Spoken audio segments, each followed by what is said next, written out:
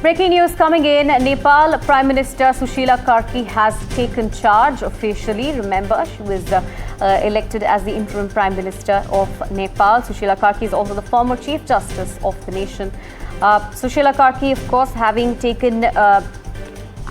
now taken oath as and officially taken charge as the Prime Minister of Nepal, is a significant political transition for Nepal. Remember, this comes after days of violent protests that took place by Gen Z groups protesting the corruption in the nation. Now the 73-year-old, who's also the former Chief Justice of Nepal, has been sworn in as the Prime Minister and has officially taken charge.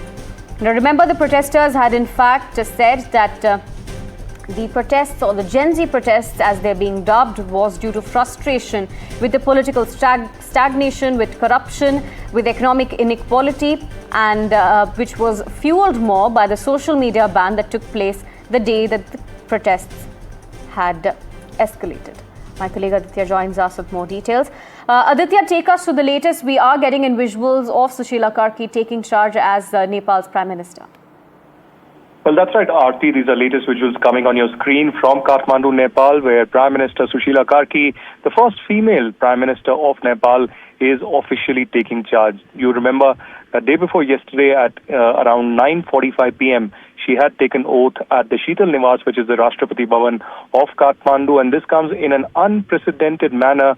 How over the last 1 week there have been deadly violence and complete chaos all across the streets of Kathmandu and all across the country, in which 51 people were killed and more than 500 people were injured. That included one casualty from India. One woman from India had also unfortunately lost her life. And now Sushila Karki officially taking charge, and we would have to wait and watch what would be her top priority. Will she form a committee to investigate the corruption of the political elite here, and also perhaps look into the demands of the youth who have been protesting for a very long time? But certainly her first public outreach came in yesterday when she visited 3 hospitals and met protesters who were injured in this entire week-long struggle under the youth uprising. And of course, they would be demanding justice as well. So these would be perhaps the top 2 priorities after the parliament was dissolved, that there should be corruption investigation and certainly justice to those who died and are injured in this entire uprising. Right, Aditya, stay on with us. Let's quickly listen into what Sushila Karki is saying. She's interacting with people, is what we're hearing.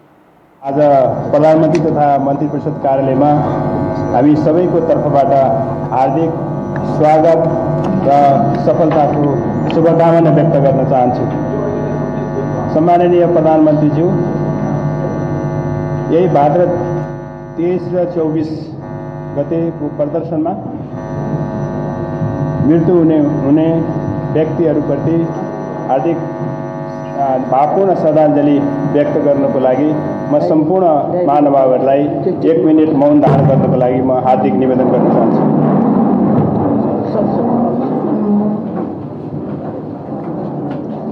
सुरु। Right, my colleague Aditya still with us. Aditya, again, visuals coming in live from Nepal at the moment of Sushila Karki officially taking charge. She was interacting with the press also in Nepal, is what we're hearing. But interestingly, Aditya, this is the first Prime Minister in the world who was picked by the younger generation on a social media platform, Discord. And again, the first Prime Minister in Nepal. So it is a huge transition moment for the nation. Well, absolutely, Aarti. Never before have we seen a social media platform or an instant messaging platform being used to elect a Prime Minister. Many would argue that this is not a democratic process because this does not take into account the aspirations and the will of the people of Nepal, because there was perhaps only a few thousand students who were part of that discard chat who voted in that entire process, and of course Sushila Karki emerged as the front runner and the winner. But now the big priority and the big task before Sushila Karki would be to actually listen to the aspirations of the youth and conduct free and fair democratic elections within the span of 6 months.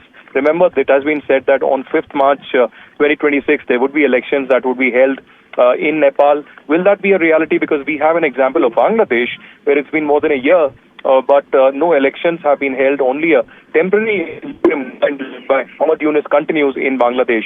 Will this be the same course of event here? Because political parties, including the Communist Party, the Nepali Congress and others, have been demanding that they agree with this formation of the interim government. This is unconstitutional, and they would want elections to take place as soon as possible. So as of now, Sushila Karki has officially taken charge. She is in her brand new office, which was supposed to be the new Home Ministry office, but now because the many other offices have been burnt and gutted and destroyed completely, it will take time to rebuild the Prime Minister's office. So she has taken charge in this particular building. We'll have to wait and watch what her top priorities would be, but it's likely that she will form a committee for the investigation of the corruption charges against the political elite, including KP Sharma Oli. And then she would also put a committee and a top-level legal commission to investigate the high-handedness of the police and the brutal force that was used against the protesters, in which 51 were killed and more than 500 were injured. Right, and Aditya, I think the focus would now also be on the challenges that lie ahead for Sushila Karki, because KP Sharma Oli for the past couple of years has been in power and there has been deep-rooted corruption. So she would have to essentially build her cabinet, build the administration from scratch. Well, yes, the biggest challenge that is in front of her right now is to who to include and who not to include in the cabinet, because this would be an interim temporary cabinet, but it will send out a huge message. Will the Gen Z youth be part of that cabinet? Will the local mayors be part of that cabinet? Or will it be a completely non-political kind of an alliance in which there would be perhaps 4 to 5 ministers to take care of the Home Ministry, the Foreign Ministry, and few other critical ministries looking at the internal situation in Nepal. We have some names doing round, including that of Om Prakash Aryal, who is a very close friend of Sushila Karki, who could be perhaps the Home Minister. But perhaps later today, it would be clear that who all would be part of that interim government cabinet, who would be perhaps governing and also ruling Nepal for the next 6 months. We'll also have to watch what the national security policy and the foreign policy of Nepal would be like in the next 6 months. There have been some positive comments from Sushila Karki about India as well. She has made positive statements about Prime Minister Modi, and at the same time, Prime Minister was about her, congratulate her, and say that India and Nepal should work together.